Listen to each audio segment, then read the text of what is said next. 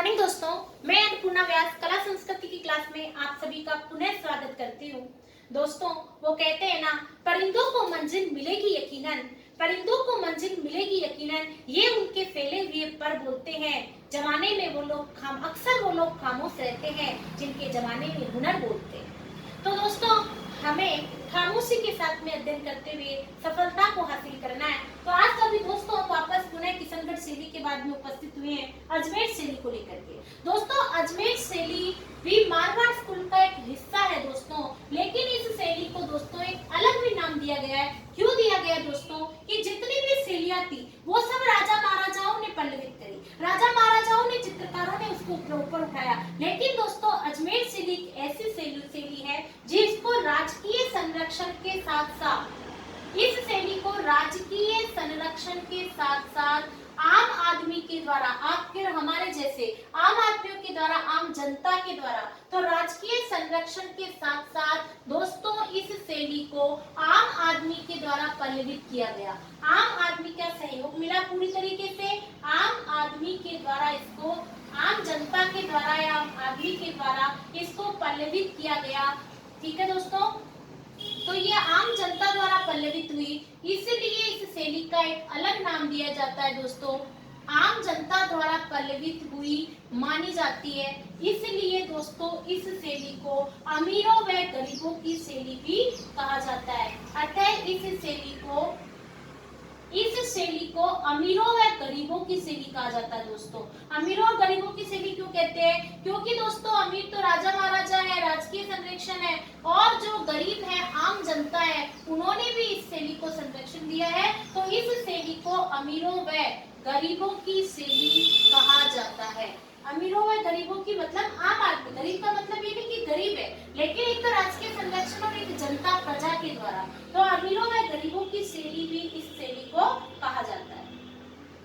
ठीक है दोस्तों, ये जो अजमेर शैली है दोस्तों, इस शैली के अंदर जो चित्र बनाए गए हैं दोस्तों, उसके अंदर जो पुरुषों के चित्र बनाए गए हैं, वहां पर अजमेर शैली में जो पुरुषों के चित्र बनाए गए हैं, पुरुषों की आकृति बनाई गई है दोस्तों। इन पुरुषों की आकृति के अंदर कैसे चित्र बनाए गए हैं? पुरुषों की आकृति में पुरुषों की बाकी व छल्लेदार मूछें बनाई गई है। तो बाकी व छल्लेदार मूछें राजस्थान की किस शैली की विशेषता है? तो दोस्तों आपको बताना है अजमेर शैली की। तो बाकी व छल्लेदार मूछें किस शैली के चित्रों के अंदर बनाए गए हैं? तो बाकी व छल्लेदार मूछें किशनगढ़ शैली की प्रमुख विशेषताएं है पुरुषों की। ठीक है दोस्तों, और किशनगढ़ शैली के अंदर जो महिला आकृति बनाई गई है दोस्तों, महिला आकृति के अंदर जो बनाया गया है चित्र है, उसके अंदर क्या है कि लंबी पैनी अंगुलियां है दोस्तों। पैनी अंगुलियां मतलब लंबी और चपटी अंगुलियां। पैनी अंगुलियां लंबी व पैनी अंगुलियां, और हाथों में रची हुई मेहंदी। वहां पर जो महिलाओं की चित्र है, उनके हाथों के अंदर मेहंदी रची हुई दिखाई गई है। हाथों में रची हुई मेहंदी, हाथों में मेहंदी किस में रची हुई है दोस्तों? हाथों में रची हुई मेहंदी। ये सारी जो विशेषताएं हैं दोस्तों, ये किस शैली की है? हमारे अजमेर शैली की इसकी विशेषता है। ठीक है दोस्तों, इसी के साथ हम देखते हैं इसके प्रमुख चित्रकार। तो अजमेर शैली की जो प्रमुख चित्रकार है दोस्तों, वो है राय सिंह भाटी, लाल सिंह भाटी। मैं बोल रही हूँ दोस्तों, यदि आपको बोर्ड पर क्लियर नहीं दिखाई दे पाता है तो आप मेरे शब्दों को भी लिख सकते हैं दोस्तों। मैं इतना एक शब्द को कई बार रिपीट करती हूँ, एक लाइन को 2 या 4 बार आप तक पहुंचाने का प्रयास करती हूँ। तो दोस्तों राय सिंह भाटी, लाल सिंह भाटी, नारायण सिंह भाटी, ये सारे प्रमुख चित्रकारों में इनकी नाम होती है।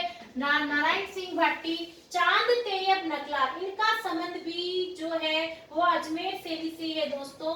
चांद तैयब नकला और साहिबा जो कि महिला चित्रकार है, इनका संबंध भी कहाँ से बताया गया है दोस्तों? महिला चित्रकार है, इनका संबंध भी दोस्तों अजमेर शैली से ही दिखाया गया है। तो दोस्तों चित्रकारों के नाम हमें याद रखना बहुत जरूरी है। मैं चित्रकारों के नाम आपको बहुत अच्छे से याद करा चुकी हूँ कि हमारे उदयपुर शैली के अंदर, मेवाड़ शैली के अंदर कमल के ऊपर हीरा जो हीरा कहलाते हैं, मनोहर, कृपाराम, उमरा और जीवा। इसको याद करने का तरीका आप उदयपुर शैली में जाकर देख सकते हैं।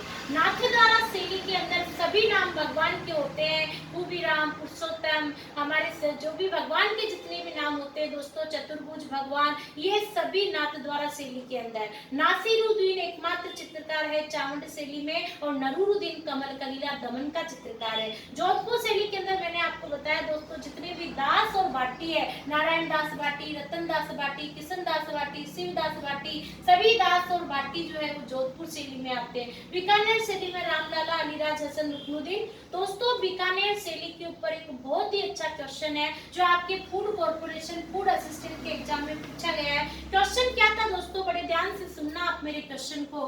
क्वेश्चन था रुकनुद्दीन शहजादा कासिम का संबंध राजस्थान की किस शैली से है। अब दोस्तों जब हम बीकानेर शैली पढ़ते हैं तो शहजादा और कासिम का नाम हम चित्रकारों में नहीं आ रहा है, लेकिन रुकनुद्दीन आ रहा है बीकानेर शैली में। तो वहां पर तो हमने रुकनुद्दीन से क्वेश्चन पहचान लिया, लेकिन दोस्तों फ्यूचर के लिए दो चित्रकारों के नाम और याद रखने हैं, शहजादा और कासिम का नाम बीकानेर शैली के अंदर, क्योंकि अगली बार जब भी गवर्नमेंट एग्जाम लगाएगी तो क्वेश्चन के अंदर 3 अन्य चित्रकार होंगे और एक चित्रकार शहजादा या कासिम में से होगा। तब आपको पहचानना होगा कि इनका संबंध राजस्थान की किस शैली से है। तब हम इस क्वेश्चन को चैलेंज नहीं कर सकते, क्योंकि हमें इस बार आइडिया दे दिया गया है कि रुकनुद्दीन और कासिम और शहजादा का संबंध बीकानेर से है। तो आप बता रहे हो ना कि शहजादा और कासिम का संबंध बीकानेर शैली से है। तो दोस्तों इस तरीके से हमें थोड़ा सा कॉमन सेंस के साथ पढ़ना है क्वेश्चंस को, पुराने क्वेश्चंस को देखते हुए, ताकि हम नए क्वेश्चंस की पहचान कर सकें। तो दोस्तों यहाँ पर भी राय सिंह, वहां पर दास और भाटी है जोधपुर शैली में। अजमेर में राय सिंह भाटी, लाल सिंह भाटी, नारायण सिंह भाटी, चांद तैयब नकला और साहिबा एक महिला चित्रकार है जिनका संबंध अजमेर शैली से है। इसी के साथ दोस्तों महिला चित्रकारों में इलायची देवी और कंकुबाई का नाम मैंने आपको नाथद्वारा शैली में पढ़ाया है। तो दोस्तों इस तरीके से चित्रकारों के नाम याद रखना बहुत जरूरी है, क्योंकि चित्रकारों के ऊपर से एग्जाम में सवाल बनता है दोस्तों। आपके जेब को एक बार क्वेश्चन पूछा था अभी आपके महिला सुपरवाइजर के एग्जाम के अंदर कि साहिबदीन और साहिबराम का, साहिबदीन हमारे उदयपुर शैली में, साहिबराम जयपुर शैली में। ठीक है दोस्तों, आगे आएगी जयपुर शैली। तो दोस्तों सवाल आया था एग्जाम में, साहिबराम का संबंध राजस्थान की किस शैली से। हम तो लोग क्या करते हैं, साहिबदीन और साहिबराम, हम इतना ध्यान ही नहीं लगा पाते, बच्चों के दिमाग में मिक्स हो जाते सारे नाम। तो उदयपुर शैली भी सही कर सकते हैं, क्योंकि ऑप्शन में तो उदयपुर शैली और जयपुर शैली दोनों हुई। लेकिन हमें ध्यान रखना दोस्तों, साहिबदीन का संबंध उदयपुर शैली से, साहिबराम का संबंध जयपुर शैली से। ठीक है दोस्तों, तो इस तरीके से क्वेश्चन पहचानना बहुत जरूरी है, तभी आप लोगों के आंसर सही होंगे।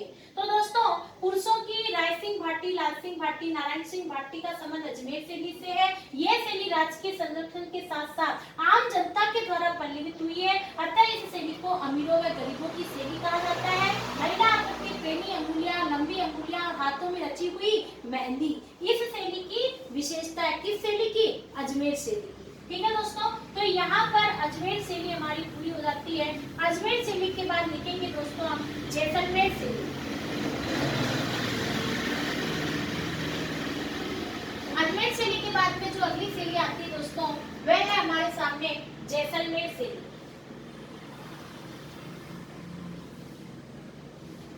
दोस्तों जैसलमेर के नाम से ही हमें पता है दोस्तों, जब हमें नौटंकियां पढ़ेंगे, लोक नाटक पढ़ेंगे, नृत्य पढ़ेंगे, तब में आपको मूमल एक प्रसिद्ध लोक नृत्य माना जाता है। तो मूमल नृत्य के अंदर मैं आपको मूमल की बहुत ही अच्छी कहानी सुनाऊंगी दोस्तों।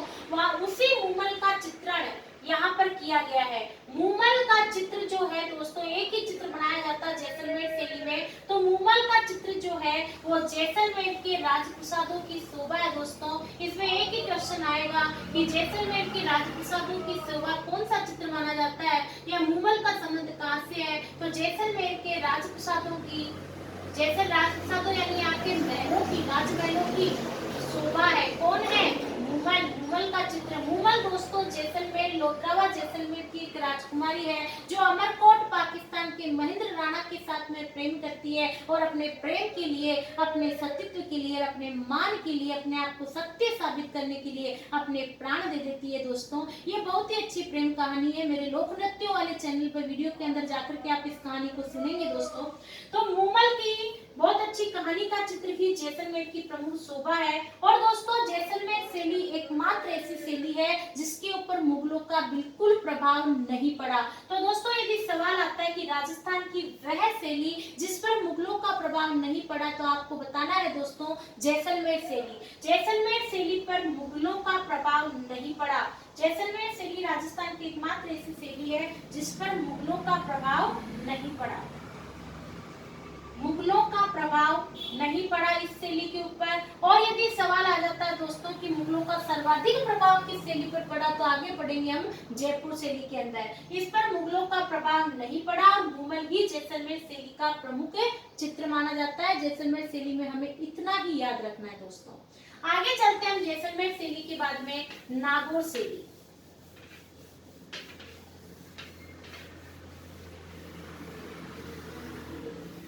अब देखते हैं दोस्तों नागौर शैली। नागौर शैली भी मारवाड़ स्कूल का एक हिस्सा है दोस्तों। तो नागौर शैली के जो चित्र है दोस्तों, इसके ऊपर एक बहुत महत्वपूर्ण सवाल बनता है कि नागौर शैली के अंदर जो चित्र बनाए गए हैं ना दोस्तों, हमने देखा कि बाकी के सभी शैलियों के अंदर किसी में लाल रंग है, किसी में पीला रंग है, किसी में श्वेत और गुलाबी रंग है, लेकिन दोस्तों नागौर शैली के अंदर बुझेले रंगों का प्रयोग किया है। बुझे का मतलब फीके रंग, लाल रंग है लेकिन थोड़ा सा फीका है, फीका मतलब डल कलर, ठीक है दोस्तों। तो बुझे हुए रंगों का प्रयोग राजस्थान की किस शैली में किया गया है, तो बुझे हुए रंगों का प्रयोग नागौर शैली के अंदर किया गया है। तो दोस्तों ये ध्यान रखना हमें कि बुझे हुए रंगों का प्रयोग राजस्थान की किस शैली में हो रहा है, नागौर शैली के अंदर। आप नोट्स लिख सकते हैं साथ के साथ, में बहुत आराम से लाइंस बोल रही हूँ दोस्तों। तो बुझे हुए रंगों का प्रयोग किया गया है। और यहाँ पर यहाँ के चित्रों में पुरुषों के चेहरों पर, यहाँ के चित्रों में पुरुषों के जो चेहरे दिखाए गए हैं दोस्तों, पुरुषों के चेहरे चपटा ललाट, पुरुषों के चेहरे पर चपटा ललाट व विशिष्ट झुर्रियां दिखाई दी है। पुरुषों के चेहरे पर चपटा ललाट व विशिष्ट झुर्रियां दिखाई गई है। चपटा ललाट व विशिष्ट झुर्रियां दिखाई गई है। किस शैली में दिखाई गई है दोस्तों, नागौर शैली के अंदर। और नागौर शैली के लिए एक लाइन और देखनी है दोस्तों, यहाँ के चित्रों में तेजी व हलचल ना होकर, तेजी का मतलब बहता हुआ पानी नहीं दिखाया गया है, चलता हुआ रथ नहीं दिखाया गया, यहाँ के चित्रों में स्थिरता है दोस्तों, ठीक है। तो यहाँ पर के चित्रों में तेजी व हलचल न होकर के स्थिरता दिखाई गई है। तेजी व हलचल न होकर के स्थिरता दिखाई गई है। कहाँ के चित्रों के अंदर, नागौर शैली के अंदर तेजी व हलचल न होकर के स्थिरता दिखाई गई है। तो दोस्तों ये होती है हमारे पास में अजमेर शैली। बुझे हुए रंगों का प्रयोग होता है। यहाँ पे चेहरों के ऊपर, पुरुषों के चेहरे पे चपटा ललाट दिखाया गया है, चेहरे पे विशिष्ट झुर्रियां दिखाई गई है, और यहाँ के चित्रों में तेजी व हलचल न होकर के स्थिरता है। तो दोस्तों ये होता है हमारे मारवाड़ स्कूल का खत्म। कल की क्लास में अगले वीडियो के अंदर दोस्तों मेरा जो नेक्स्ट पार्ट आएगा आपका, उस वीडियो के अंदर हम देखेंगे दोस्तों ढूंढाड़ शैली के अंदर देखेंगे जयपुर, आमेर, अलवर, शेखावटी, उनियारा, इन सभी शैलियों का हम अध्ययन करेंगे। तब तक दोस्तों आप मेरे सारे वीडियोस को देखें, उन्हें सब्सक्राइब करें और शेयर करें दोस्तों, ताकि ज्यादा से ज्यादा लोगों के पास पहुंच पाए। और मेरे इस लिंक को, बेल आइकन को क्लिक करें, ताकि दोस्तों जब भी मैं नया वीडियो अपलोड करूं तो उसकी जानकारी आप तक पहुंच जाए। तब तक आप अपना ध्यान रखें और सुरक्षित रहें। जय हिंद, जय भारत।